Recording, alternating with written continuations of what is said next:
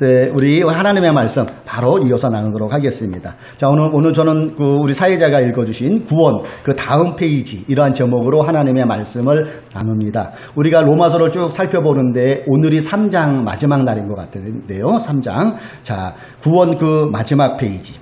창세기 3장에 나오면은 아담과 하와의 선악과 범죄 이야기가 나오죠. 이것은 하나님과 인간 사이에 보이지 않는 원죄라는 큰 벽을 그 아담과 하와의 범죄로 인하여 만들어졌어요. 그래서 그 벽이 어찌나 두껍고 견고한지 인간이 개발한 어떠한 도구로도 그 두터운 벽을 무너뜨릴 수가 없었습니다.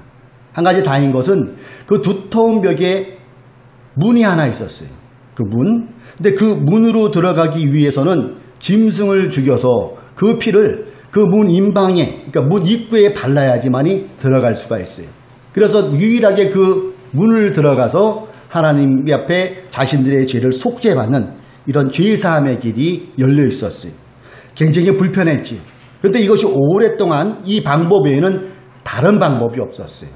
그 말씀이 오늘 우리가 함께 읽은 23절을 제가 잠깐 각색을 한 거예요. 모든 사람이 죄를 범하였음에 하나님의 영광에 이르지 못하더니 사랑의 근원 되시는 하나님, 사랑의 뿌리 되시는 하나님은 죄라는 벽을 단번에 허물고 누구나 하나님께 나올 수 있는 길을 이미 아담과 하와의 범죄 때 예정해 놓으시고 준비해 놓으셨어요. 그래서 창세기 3장 15절에 보면은 여자의 후손은 내 머리를 상하게 할 것이요. 이미 하나님께서는 그 사랑의 근원 되시는 하나님께서는 그 길을 준비해 놓으셨다는 것이죠. 이 로마서가 쓰여지던 당시에는 그 로마에는 노예 제도가 엄청난 일반화가 되어 있을 당시예요. 그래서 노예는 사람 취급을 못 받을 때입니다. 얼굴 가진 짐승이 노예였다고 합니다. 그래서 재산의 일부분이 노예였어요.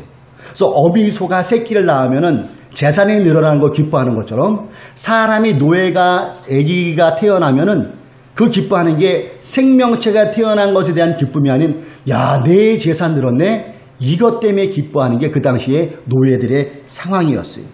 이처럼 노예는 철저하게 인권이 없는 그런 사회가 로마 사회였다는 거죠. 그래서 이 노예들이 그 노예의 신분을 벗어나기 위해서는 두 가지 방법이 있었다고 합니다.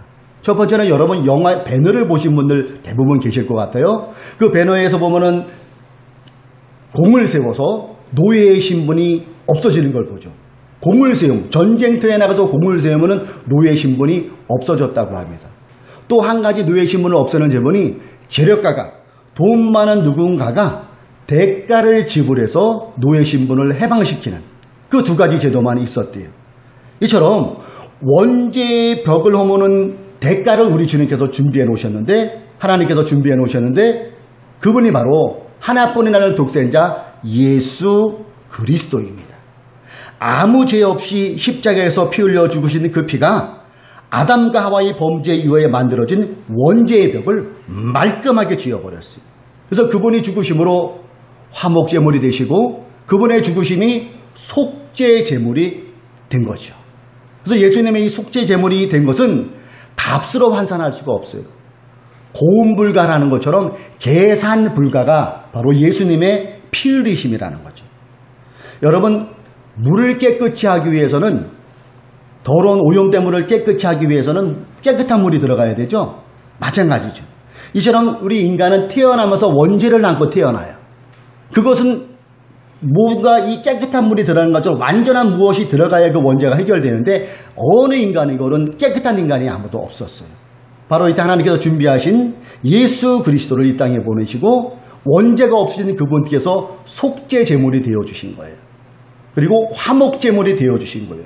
그래서 인간과 하나님 사이에 갇혀있는 그 원죄로 인해 만들어진 큰 두터운 벽이 이분의 피 흘리심으로 완전히 해결되는 길이 열렸어요. 그래서 우리는 예수를 믿으면 구원을 받는 거예요. 예수를 믿으면 구원을 받는 거예요. 자, 제가 여러분에게 드린 말씀을 안고 24절과 25절을 읽으면 이해가 좀 빨리 오실 것 같아요. 그리스도 예수 안에 있는 속량으로 말미암아 하나님의 은혜로 값없이 의롭다 하심을 얻은 자 되었느니라. 이 예수를 하나님이 그의 피로써 믿음으로 말미암는 화목제물로 삼으셨으니 이는 하나님께서 길이 참으시는 중에 전에 지은 죄를 간과하심으로 자기의 의로우심을 나타내려 하심이니. 여기서 24절에 보면은 속량이라는 말이 나오죠. 이 속량을 쉽게 풀은다면 몸값을 지불하고 종의 신분을 풀어주는 것, 이렇게 우리가 생각하면 됩니다. 이해가 가시죠? 예. 그 다음에 27절과 28절을 보세요. 그런즉 자랑할 때가 어디 있느냐? 있을 수가 없느니라. 무슨 법으로냐? 행위로냐? 아니라 오직 믿음의 법으로니라. 자랑할 때가 어디 있느냐? 우리는 태어나면서 원죄를 가진 게 성경이 일관적으로 주장되는 거예요. 우리의 힘으로 하나님과 인간 사이에 세워진 그 두터운 원죄라는 벽은 허물 수가 없어요. 율법으로도 안 됩니다. 어떤 것으로도 안 돼요. 근데 하나뿐인 예수 그리스도, 하나님의 아들 독생자 예수 그리스도를 이 땅에 보내주셔서 그분이 피 흘려 주심으로 이 문제가 해결됐어요. 인간으로서는 자랑할 게 없죠. 얼마나 여러분 감사한 말입니다. 28절 보십시오. 그러므로 사람이 의롭다 하심을 얻는 것은 율법의 행위에 있지 않고 믿음으로 되는 줄 우리가 인정하노라. 자, 여기서 우리가 말씀을 보면은 두 가지 단어가 우리 눈에 들어올 거예요. 율법과 믿음. 자, 율법의 기능은 우리가 지난주에 살펴보았죠. 기억나십니까? 율법의 기능은 우리의 죄를 깨닫는 게 아닌 게 율법의 기능이에요. 즉 이것을 뒤집어 생각한다면은 율법은 우리의 죄를 깨닫게 할 뿐이지 구원은 못 받게 하는 거예요. 오늘 본문이 주장하는 건 일관되게 주장하는 구원의 길은 뭐예요? 믿음이라는 거예요. 믿을 때에 주님을 믿을 때 이것은 다른 어떤 것도 첨부가 되지가 않아요. 주님을 예수를 믿을 때에 구원을 얻는다는 거예요. 여기에 첨가물이 있어서는 되지 않아요. 그러면서 다시 한번 30절에 뭐라고 얘기합니까? 사도 바울은 할례자도 믿음으로 무할례자도 믿음으로 구원받는다는 것을 일관되게 주장하고 있어요. 혹자들은 그래요. 기독교는 배타적이다. 예, 그런 얘기를 듣습니다. 그런데 우리가 다른 종교나 어떤 다른 분들하고 대화는 할 수가 있을 것 같아요. 얼마든지 열린 사고로. 그러나 여기에서는 우리가 타협하지 않을 부분이 바로 이 부분이에요. 예수를 믿음으로 구원받는다. 이것은 절대로 타협할 수 있는 기독교의 근간 뿌리예요. 여기가 우리가 이것을 타협하고 다른 데도 구원이 일치되면은 부활도 없어지는 거고 예수님의 피 흘림도 없어지는 거고 예수님의 공생이어도 부정이 되는 거예요. 그래서 오직 구원은 예수 그리스도.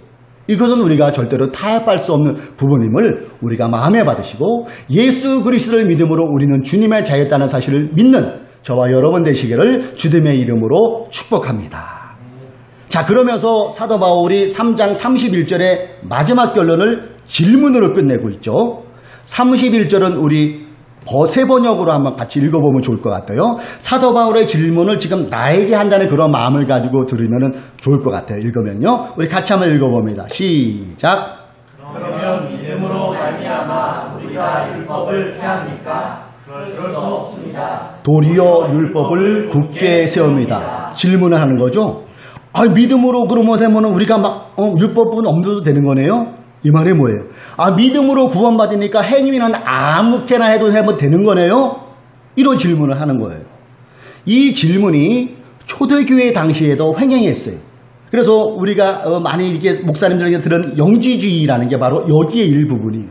그래서 영은 선하다, 육은 악하다, 그러니까 육은 마음대로 해도 되다, 이런 그 사상들이 많이 팽배해 있었어요. 이렇게 묻는 거예요. 율법은 폐합니까? 그런데 사도 바울의 답은 단호해요. 그럴 수 없습니다. 도리어 율법을 굳게 세웁니다. 이 말은 뭐냐면은 구원은 믿음으로 받아요. 그리고 따라오는 게 행함이라는 거죠. 구원은 믿음으로 받습니다. 여기에는 어떤 다른 것도 첨가될 수가 없어요. 우리는 예수를 믿음으로 구원을 받습니다. 그리고 그 값은 아까 말씀드렸지 값으로 환산할 수가 없어요. 예수 그리스도의 죽으심으로 그 보혈을 믿음으로 우리가 구원을 받는다는 거예요. 그런데 이어서 따라오는 게 행함도 있어야 된다는 거예요. 자, 우리 정성호 집사님은 이거 어렸을 때 많이 보셨을 거예요. 그렇죠? 일명 구루마 리어카. 이해를 돕기 위해서 우리 젊은 분들 이거 리어카. 그래서 제가 화면을 띄워놓은 거예요. 제가 어렸을 때 제가 성북구 기름동에서 살았어요. 성북구 기름동. 기름동에서 중학교를 이렇게 다니고 있는데 어렸을 때 우리 친구 나이 요쯤 될 때 우리 내 친구가 만철이라는 친구가 있었는데 이 만철이네 아버지가 고물상을 하셨어요. 고물상. 그 당시에는 1톤짜리 트럭이 없을 때예요. 흔하지가 않을 때예요. 그래서 웬만하면 다 이 구루마, 이 리어카를 끌고 다니거든요. 근데 이 만철이 아버지가 술을 되게 좋아하세요. 그래서 해가 니어니어 넘어가면 언제든지 이만큼 되고 그분의 18범이 두만강 푸른물이에요. 그러면 아저씨 이제 끝나고 오는구나 이렇게 할 정도로. 근데 그분이 항상 두만강 푸른물에 노전을 뱃싸고 그러면서 보면 항상 다 이제 그 물건을 넘기고 빈수레가 많아요. 그러면 어느 날 기분이 좋으면은 종배 지나가는구나. 완철이랑 사이좋게 놀아야 돼 하면서 주문을 넣어가지고 10원짜리 그 지폐가 있어요. 지폐. 그 당시에 10원짜리도 지폐가 있었어요. 그걸 주면서 사이좋게 놀아. 뭐 되게 좋아. 야 너네 다 타. 그럼 7, 8명이 요 안에 다 타요. 요만한 우리 친구들이. 그러면 그 기름동 제가 살던 게 약간 내리막이거든요. 약간 내리막. 그런 걸 막 달려주면은 너무너무 좋아요. 일단은 막 달려도 좋고 10원씩 받았잖아요. 그래서 되게 기분이 좋아요. 네. 제가 이 말씀을 왜 드릴까요? 구원과 그 행위, 율법이 이런 관계가 아닌가 하는 생각을 제가 하면서 여러분에게 말씀드리는 거예요. 우리 속담인가요? 친구 따라 어디 갑니까? 강남 가는 거예요. 이처럼 믿음의 친구가 율법이라고 생각하시면 돼요. 같이 간다는 거예요. 믿음과 율법은 같이 간다는 거예요. 문제는 오늘날 신자들이 따로 논다는 거예요. 마치 리어카 따로 사람 따로. 이게 문제라는 거예요. 그래서 초대교회 야고보는 이 야고보서에 보면은 이 이신칭의 사상, 믿음으로 구원받으면 아무렇게 산다는 이것을 경종을 울기 위해서 엄격하게 그의 서신서에 이렇게 나와요. 야고보서 2장 26절. 우리 같이 한번 읽어보면 좋을 것 같습니다. 시작. 영혼이 없는 몸이 죽은 것 같이 행함이 없는 믿음은 죽은 것이니라. 이것을 경종을 울리기 위해서. 이것을 쉬운 성경을 보니까 더 쉽게 나와요. 다시 한번 읽어봅니다. 시작. 영이 없는 몸이 죽은 것처럼 따르지 않는 믿음은 죽은 것입니다. 혹자나 말해요. 바울은 믿음으로 구원받는다는데 이 야고보서 보면 행함으로 구원받는 거 아닌가? 그런 질문이에요. 그렇지 않죠? 이게 같이 가는 거예요. 오해하시면 안 돼요. 예, 우리는 믿음으로 구원받습니다. 이와 더불어 리어카 속에 내가 어렸을 때 친구들과 같이 간 것처럼 율법도 같이 가는 거예요. 예. 우리가 간혹 우리 주변 보면은 안타까운 얘기를 들을 때가 있어요. 저 사람 교회 다니는 사람 맞아? 근데 행동이 저 모양이야? 어제 우리는 영화 모임을 잠깐 가졌거든요. 그래서 그 쭉 이야기를 하신 중에 지금 그러니까 교회를 정하고자 하는 그런 몇 분이 한 두 분 정도 오셨는데 그분 말씀 중에 뒤에 남으면서 부끄러운 모습이 있어요. 요즘은 TV 지상에 안 좋은 모습들이 많이 보이잖아요. 그러면서 그분 하는 말씀이 순간적으로 그때 그걸 보면서 느낀 게 교회 안 나가기를 잘했네? 이런 생각이 들었다는 거예요. 무엇입니까? 우리의 행동이 교회 따로, 교회 신앙생활 따로 세상에 나가서 우리의 일도에 따라가 너무나도 많다는 것이죠. 저는 어렸을 때 재미있게 본 드라마가 두 얼굴을 가진 사나이예요. 요즘에 이 헐크 나오죠. 어느 무슨 그 어벤져스가 그러면 이게 나오잖아요. 헐크. 이 헐크의 원조가 이분이에요. 70년대 흑백으로 나왔어요. 두 얼굴을 가진 사나이. 그래서 실험을 잘못해가지고 이분이 흠질이 나면은 으악 하면서 옷이 막 찢어지면서 이 뒤의 모습 헐크로 변해요. 두 얼굴, 교회 안에도 신앙생활 하면서 여러분 두 얼굴 가진 목사, 두 얼굴 가진 장로, 두 얼굴 가진 권사, 두 얼굴 가진 신자들이 있다는 거 여러분 인정하십니까? 안 하십니까? 교회 안에는 신학이 너무나도 좋아요. 그런데 세상 나가서 보면은 자기가 채용하고 있는 난민 그런 외국에서 온 노동자들을 하대하고 임금도 제대로 주지 않는 그런 일들이 벌어지고 있다는 사실에 대해서 여러분 어떤 생각을 갖습니까? 그래서 여러분 구원받은 사람이라면 우리가 예수를 믿어 구원의 확신 가운데 있는 사람은 안도 똑같고 박도 똑같은 게 정상이라는 거예요. 이 시간 여러분에게 제가 질문 한번 드려봅니다. 두 가지 문항 대답은 안 하셔도 돼요. 나는 믿는 자들과 많이 친하고 그런 사람을 많이 알고 있다. 1번. 2번. 나는 안 믿는 자들과 친하고 그런 사람을 많이 알고 있다. 2번. 여러분 지금 어디에 해당되고 있습니까? 대부분이 우리가 우리 신앙생활할 때 믿음이 좋은 사람은 1번이에요. 그렇죠? 믿는 사람들과 교제하고 그들과 또 자기네들만의 잔치도 하고, 그런데 그것을 답은 우리는 어디서 찾아야 돼요? 성경에서 찾아야 되잖아요. 성경. 오늘 로마서를 쓴 분은 사도 바울이에요. 사도 바울의 삶을 단면적으로 한번 봐요. 그가 다메섹 도상에서 회심하고 예수님을 만났어요. 구원을 체험하게 됐습니다. 그리고 그는 3번에 걸쳐서 선교 여행을 펼쳤어요. 그가 만난 대부분의 사람이 누구였어요? 이방인. 그가 만난 대부분의 사람이 누구였어요? 복음을 모르는 사람, 구원받지 않은 사람, 예수를 모르는 사람에게 찾아간 게 99%라는 걸 여러분, 이것을 우리에게 무엇을 시사합니까? 믿는 우리들은 교회 안에서도 잘해야 돼요. 믿는 우리들은 교회 밖에서도 잘해야 된다는 거예요. 사도 바울이 왜 이방인들에 갔습니까? 예수 그리스도의 복음 전하러 간 거잖아요. 선교적 교회는, 선교적 신자는 안 믿는 사람들과도 친할 수 있어야 된다는 거예요. 그들과 같이 사는 거예요. 자, 이제부터라도 여러분에게 권면드립니다. 교회 안에서 믿음의 형제, 물론 잘 사귀어야죠. 이와 똑같이 안 믿는 불신자는 용어도 좀 그래요. 안 믿는 분들, 찾는이라고 오늘 표현하더라고요. 아직 예수님을 찾느니 그분들과도 친하게 지내시고 잘 지내시기를 주님의 이름으로 권면을 드립니다. 그분과 그냥 사세요. 그냥 내 삶의 자리에서. 그러면서 무엇으로? 삶으로 복음을 증거하십시오. 전도는 이벤트가 아니에요. 전도는 삶입니다. 전도는 이벤트가 아니에요. 전도는 삶이에요. 우리의 행동에서 예수님이 생각나게 하셔야 돼요.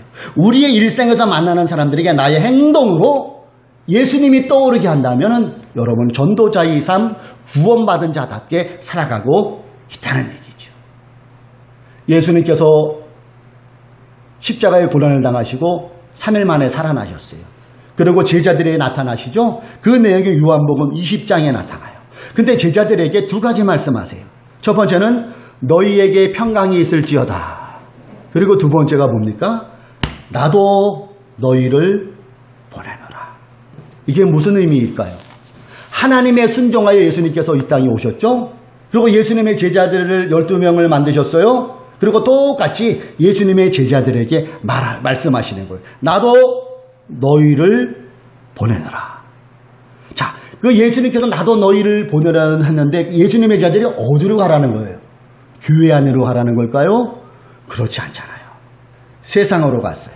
아직도 예수를 모르는 사람들에게도 가서 그들과 같이 살았어요.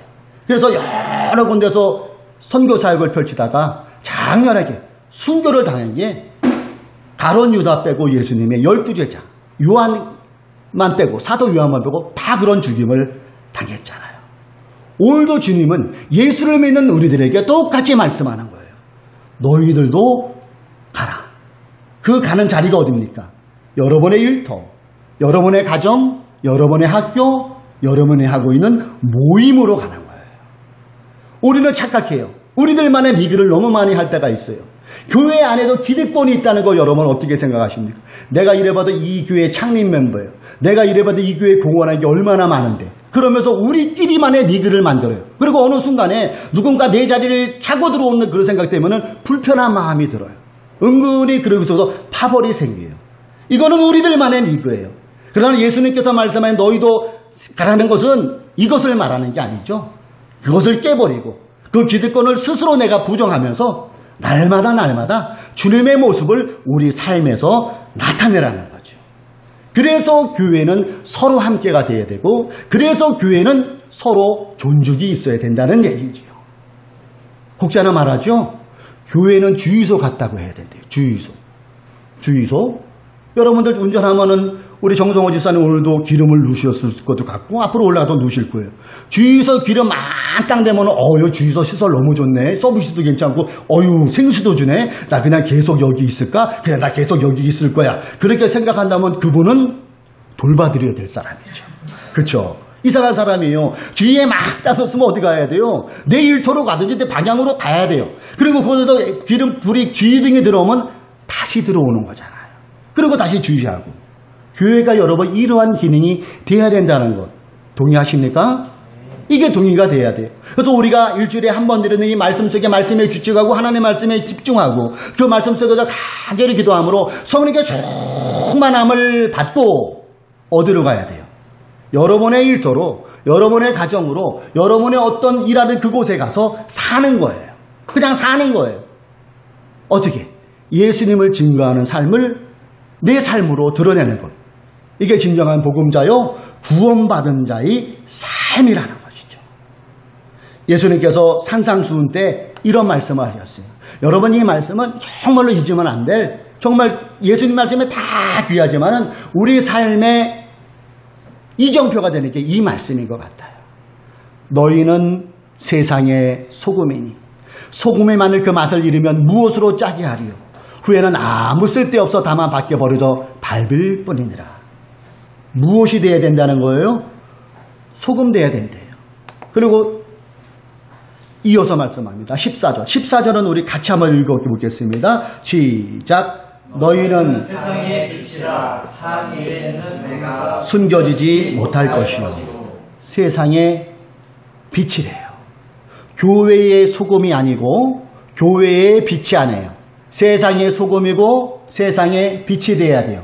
이 사람이 구원받은 자, 내가 예수 그리스도를 믿음으로 구원받은 자들이 마음에 품어야 될 것이고 그 마음에 품을 얻으려 우리 아직도 예수를 모르는 우리의 일터로 가고 우리의 일상에 가서 우리의 삶으로 복음을 나타내야 된다는 거예요.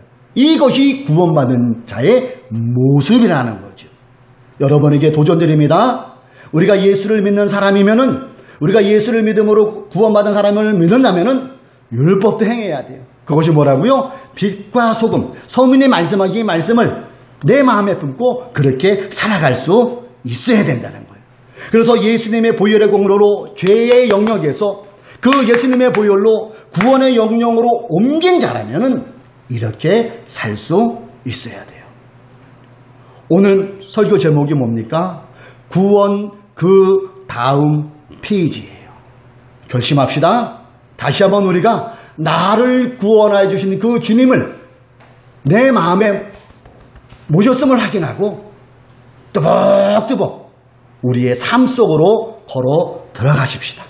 그 속에서 주님께서 우리에게 말씀하신 빛, 주님께서 우리에게 말씀하신 소금, 이것을 마음에 품고 우리의 일상으로 걸어 들어갑시다. 그래서 그 속에서 복음을 살아냅시다.